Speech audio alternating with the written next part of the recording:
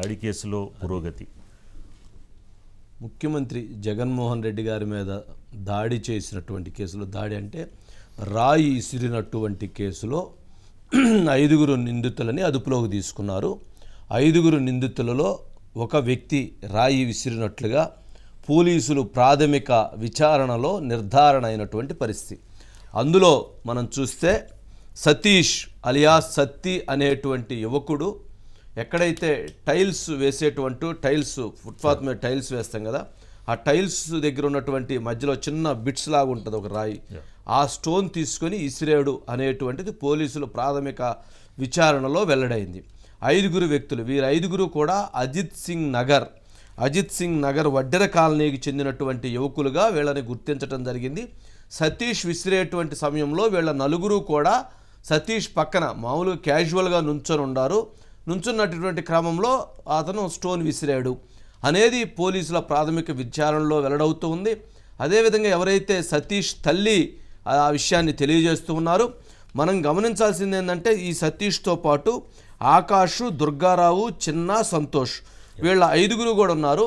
ఇందులో ముఖ్యమైనటువంటి విషయం ఏంటి అని అంటే అతను ఈరోజు ఉదయం ఇంటి దగ్గర నుంచి మీ బాబు మద్యం మొత్తు సేవించి వివాదాలకు వెళ్ళాడు, కావున కస్టడీలోకి తీసుకుంటున్నామని చెప్పని తీసుకెళ్లారు. అతను అక్కడి నుంచి వేరే పోలీస్ స్టేషన్కి తీసుకెళ్లి విచారిస్తున్నట్టుగా సమాచారం. మిగిలినటువంటి 4 కూడా వేరే దగ్గరికి తీసుకెళ్లారు అనేటువంటి అందుతున్నటువంటి సమాచారం. అయితే ఇందులో ఉన్న బిగ్ బ్రేకింగ్ ఏంటి అని అంటే ఎవరైతే ఈ ప్రాథమిక విచారణలో ఆ అబ్బాయి ఎవరైతే సతీష్ అనేటువంటి అబ్బాయి మైనర్ బాలుడు, మేజర్ కూడా కాలేదు, 16 సంవత్సరాలు 17 సంవత్సరాలు ఉంటాయనేటువంటిది ఒక ప్రాథమికమైనటువంటి సమాచారం.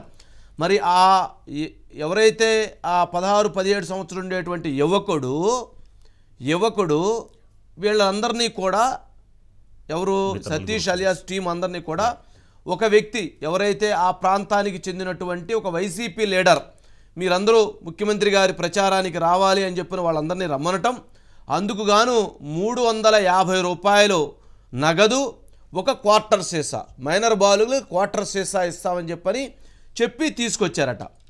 వచ్చినటువంటి సందర్భంలో ఆ పిల్లవాడికి క్వార్టర్ సీసా ఇచ్చారంట, కానీ 350 రూపాయల డబ్బులు ఇవ్వలేదట. డబ్బులు ఇవ్వకుండా ఆ వ్యక్తి వెళ్ళిపోయాడట. దాంతో ఆ పిల్లవాడు, ఆ యువకుడు ఆగ్రహంతో మమ్మల్ని పిలుచుకొచ్చారు, మాకు డబ్బులు ఇవ్వలేదు అనేటువంటి కోపంతో ఏదైతే ఆ స్టోను, ఆ జేబులో పెట్టుకున్న స్టోన్ తీసుకొని ఇసిరేసాడు అనేది ఆ పక్కన ఉన్నటువంటి మిగిలినటువంటి యువకులు చెప్తున్నారు. అదే సమాచారాన్ని కూడా సతీష్ నిర్ధారించినట్లుగా ప్రస్తుతానికి సమాచారం అందుతూ ఉన్నది. అయితే మైనర్ బాలుడు 350 రూపాయలు డబ్బులు ఇవ్వలేదని ముఖ్యమంత్రి గారి మీద దాడి చేసేటువంటి ప్రయత్నం చేశాడు అని అంటే, రాయి విసిరే ప్రయత్నం చేశాడనంటే తీవ్రంగా ఖండించాల్సినటువంటి అంశం ఇది. ఇంకా మరింత పూర్తి స్థాయిలో విచారణ చేస్తే మరిన్ని అంశాలు కూడా వెలుగులోకి వచ్చేటువంటి అవకాశం ఉంది.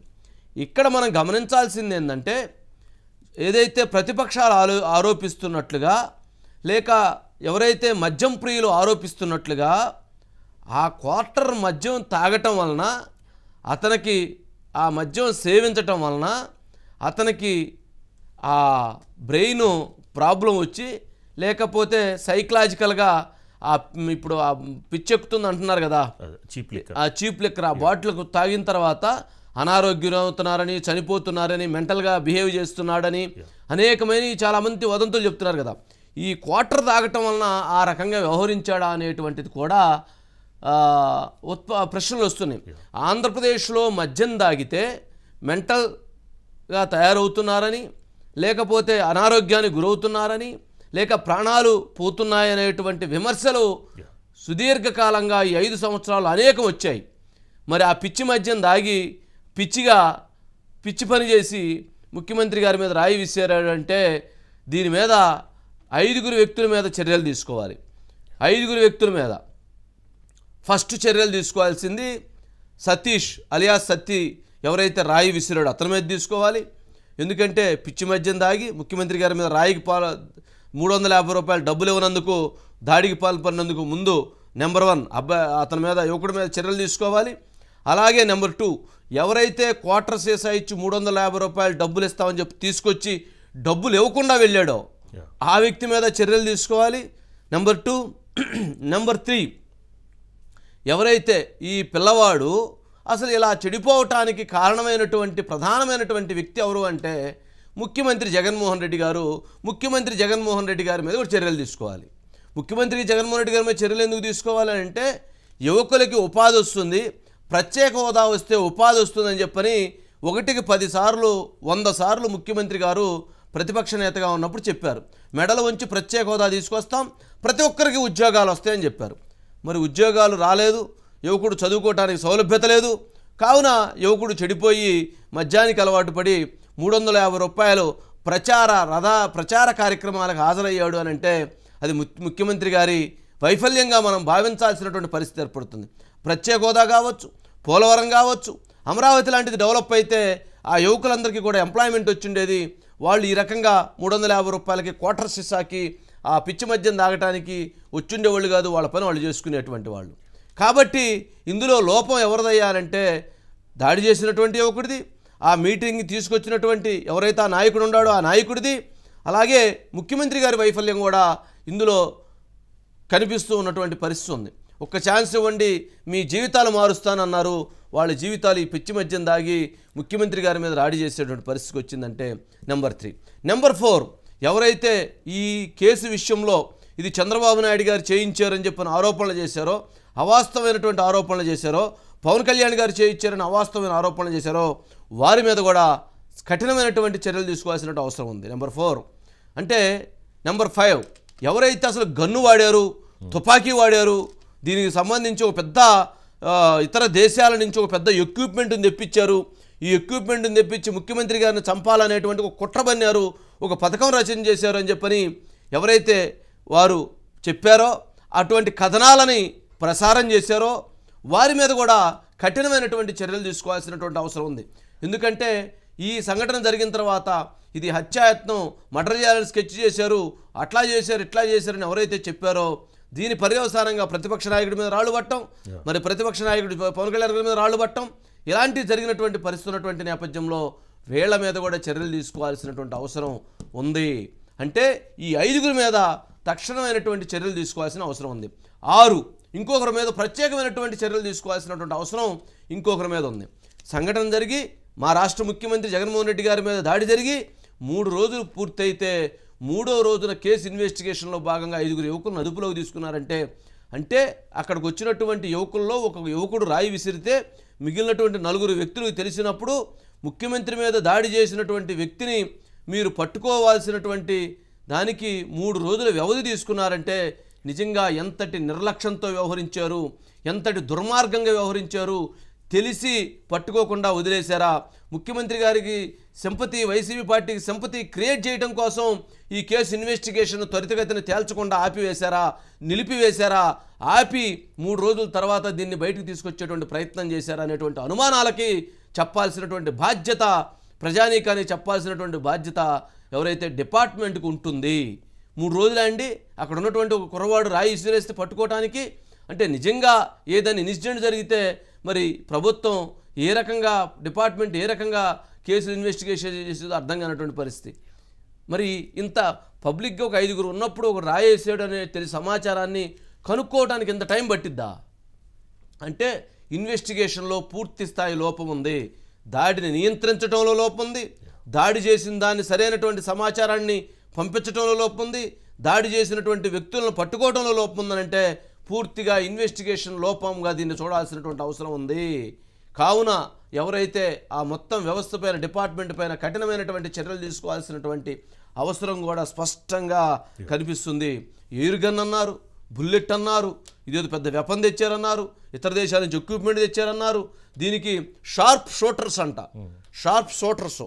ఏది అతడు సినిమాలో కనుక మహేష్ బాబును వాడి పేరేం సోను సూద్ గారు కాల్చడానికి తెచ్చినట్టుగా వీళ్ళు ఎవరినో తెచ్చి కాల్పిచ్చారనేటువంటి వ్యాఖ్యలు చేసినటువంటి వారిపైన కూడా చర్యలు తీసుకోవాలి. జగన్మోహన్ రెడ్డి గారిని గెలిపించాలని చెప్పని భావించాలి అని అనుకుంటే ప్రజలు ఆయన చేసినటువంటి మంచి చూసి గెలిపిస్తారు. అంతేగాని ఇలాంటి వాటి కుట్రలు, ఇలాంటి వాటిని ప్రేరేపించి ఇలాంటి వ్యాఖ్యలు చేసి ముఖ్యమంత్రి గారిని గెలిపించాలనేటువంటి ప్రయత్నాలు చేయడం కూడా తప్పు. ఎందుకంటే నిన్న రాత్రి ముఖ్యమంత్రి గారు స్పీచ్ అయ్యేంతవరకు, మాట్లాడేంతవరకు, ఆ కమ్యూనికేషన్ బయటకు వచ్చేంతవరకు కూడా ఈ కేసు ఇన్వెస్టిగేషన్ ముందుకు పోకుండా కూడా కొంతమంది అధికారులు నియంత్రించారు అనేటువంటి అంశాలు కూడా బయటకు వస్తున్నటువంటి నేపథ్యంలో ఈ కేసుని 3 రోజుల పాటు చర్యలు తీసుకోకుండా, ఇన్వెస్టిగేషన్ సక్రమంగా జరగకుండా, ఆ వ్యక్తుల్ని పట్టుకోవటానికి పూర్తి స్థాయిలో దర్యాప్తు జరగకుండా ఎవరైతే నిరోధించారో వాళ్ళ మీద కూడా చర్యలు తీసుకోవాల్సినటువంటి అవసరం ఉందంటే ఇది ఇమీడియట్లీగా సిబిఐకి ఇవ్వాలి, లేదా నేషనల్ ఇన్వెస్టిగేషన్ ఏజెన్సీకి ఇవ్వాలి. ప్రత్యేక దర్యాప్తు బృందాలతో ఈ కేసును దర్యాప్తు చేయాల్సినటువంటి అవసరం ఎంతైనా ఉంది అనేటువంటిది కూడా మనం భావించాల్సినటువంటి పరిస్థితి. సరే, మిగిలినటువంటి సతీష్ అలియాస్ సత్తి, రాయి సత్తి అంటున్నారు, గులకరాయి సత్తి అంటున్నారు, ఈ అతని మీద అనేకమైనటువంటి చెప్తూ ఉన్నారు. మరి ఆకాషు, దుర్గారావు, చిన్న, సంతోష్ వీళ్ళు నలుగురు కూడా ఫ్రెండ్స్ అట. వాళ్ళందరూ వచ్చి ఉన్నారట అక్కడ.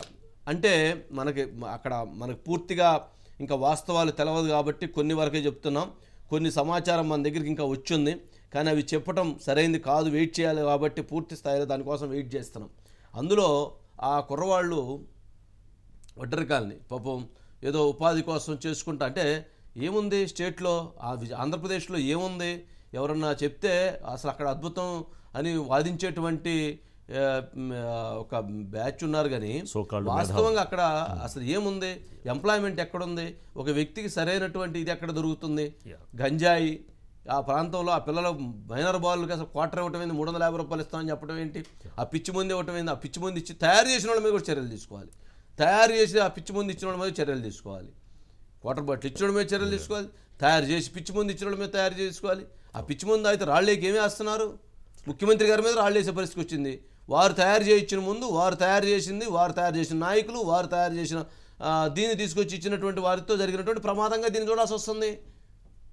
అంటే ముఖ్యమంత్రి అంటే భయం లేకపోతే ఎట్లా? ముఖ్యమంత్రి గారి మీదే వారు ఈ పని చేశారంటే మామూలు వ్యక్తుల పరిస్థితి ఏంటి? అంటే అబ్బాయి మీద ఏం కేసులు ఉన్నాయి, ఆ యువకుడి మీద ఏముండే అనేటువంటిది కూడా పూర్తిస్థాయి దర్యాప్తు జరుగుతుంది. మరి వీటన్నిటిని కూడా విచారణ చేస్తూ ఉన్నారు. చివరికి తెలిసినటువంటి అంశం, తేలాల్సినటువంటి అంశంగా యాక్చువల్గా షెడ్యూల్లో అంటే లోపలే బస్సులోనే కూర్చుని అభివాదం చేయాలనేది ఉందంటే, కానీ ఆయన ఆ ఏరియాలోకి వచ్చిన తర్వాత ఇప్పుడు అబ్బాయి ఫోటో మన దగ్గర ఉంది, వెయ్యాలా వద్దా?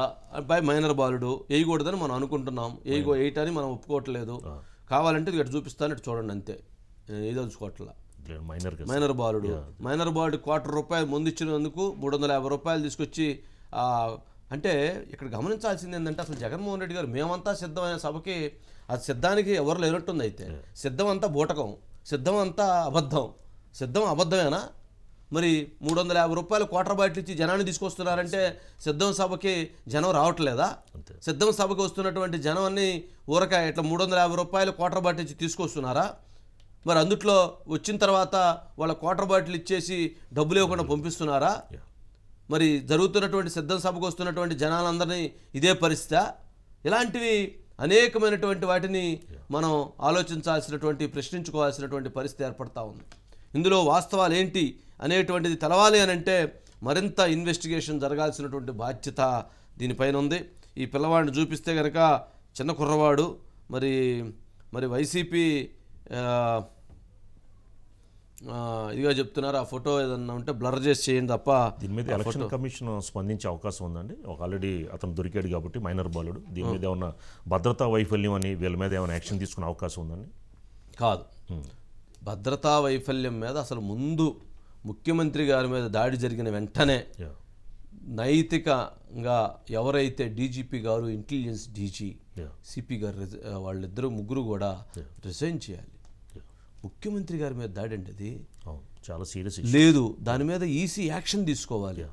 అంటే ముఖ్యమంత్రి గారికి రక్షణ లేకపోతే మామూలు సామాన్య మానవుడి పరిస్థితి ఏంటి? ఇప్పుడు నేను నిన్న చెప్పాను, బ్లేడు బ్యాచ్, గంజాయి దాగి జనాన్ని కొయ్యటం, గుండ్లు గీయటం, ఎలా పడితే అట్లా దోచుకోవటం, తండ్రిని చంపి తెల్లారి పొద్దున్నే గంజాయి దాగి నాకు ఏం చేశారు రాత్రి తెలవదని చెప్పటం, ఇలాంటి అనేక సంఘటనలు జరుగుతున్నాయి. అంటే ఏంటి అసలు? ఏం జరిగిపోతుంది అక్కడ? రాష్ట్రంలో ఏం జరుగుతుందండి? మరి అసలు పిల్లవాడికి మైనర్ బాలుని తీసుకురావడానికి ఏంటి, మీటింగ్కి ఎట్లా తీసుకొస్తారు?